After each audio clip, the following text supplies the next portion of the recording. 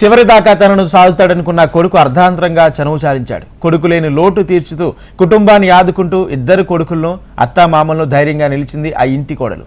ఆర్థిక ఇబ్బందులతో సతమతం అవుతున్న కుటుంబాన్ని తన తెలివితో బంధువుల సహాయంతో ఒక కిరాణా దుకాణం ఏర్పాటు చేసుకుని కుటుంబ భారాన్ని మోసింది. భర్త లేడన్న దిగులు అతను దహించి వేస్తున్న పిల్లల కోసం ఆ పని ఈ పని చేస్తూ పిల్లలతో పాటు అత్తమామలను సాధింది. గత నెల 2న కుటుంబానికి వెన్నుముగ్గా ఉన్న ఆ కోడలు కాలం చేసింది. దీంతో ఇద్దరు పిల్లలు అత్తమామలకు తీవ్ర ఇబ్బందులు వచ్చిపడ్డాయి. తమను ఆదుకోవాలని ఇంటి ముందు ఫ్లెక్సీ వేసి దీనంగా అర్థిస్తున్నారు. సిద్దిపేట జిల్లా ధూళమెట్లో తాడూరి కరుణాకర్, దివ్య దంపతులు తమకున్న కొద్దిపాటి వ్యవసాయంతో జీవనం సాగిస్తుండేవారు. వారికి శివ, శశి ఇద్దరు కుమారులు. అన్యోన్యంగా సాగుతున్న జీవితంలో ఓ రోజు ఊహించని ప్రమాదం ఎదురైంది. పొలం పనులు చేస్తుండగా కరెంట్ షాక్ తగిలి కరుణాకర్ మృతి చెందాడు. భర్త మృతితో భార్య దివ్య తీవ్ర మనోవేదన గురైంది. కుటుంబాన్ని పోషించడానికి ఇంటి ముందు చిన్న కిరాణా షాపుని ఏర్పాటు చేసుకుంది. కిరాణా షాపు ఆదాయంతో ఆర్థికంగా ఏ ఇబ్బంది లేకుండా కొంతకాలం జీవనం సాగింది. దీంతో చుట్టుపక్కల వాళ్లకు సరుకులు అరువుగా ఇచ్చేది. ఆమె మంచితనంతో మరికొందరు చేబదులు కూడా తీసుకునేవారు.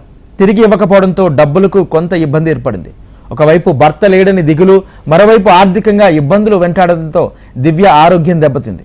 గత కొంతకాలంగా అనారోగ్యానికి గురి కావడంతో మంచానికి పరిమితమైంది. దీంతో అప్పులు మీద పడ్డాయి. గత నెల 2వ తేదీన దివ్య కూడా మరణించారు. ఇప్పుడు ఆ ఇద్దరు పిల్లలు అత్తమామలకు తీవ్ర ఆర్థిక ఇబ్బందులు ఎదురవుతున్నాయి. తమను ఆదుకోవాలని, తమ దగ్గర తీసుకున్న చేబదులు డబ్బులు తిరిగి ఇవ్వాలని, తమను ఆదుకోవాలంటూ ఇంటి ముందు ఫ్లెక్సీ ఏర్పాటు చేసి విజ్ఞప్తి చేస్తున్నారు. నా కొడుకు కరుణాకరు బావి కాడ వ్యవసాయం చేస్తా అని చేయబోయి కరెంటు వైరు తెగిపోతే అక్కపోయి వాడు చనిపోయింది సార్. చనిపోతే నా కోడలు ఇంత డబ్బా పెట్టుకొని పోరాలను చదువుకుంటా అని చదువుకోబోయింది.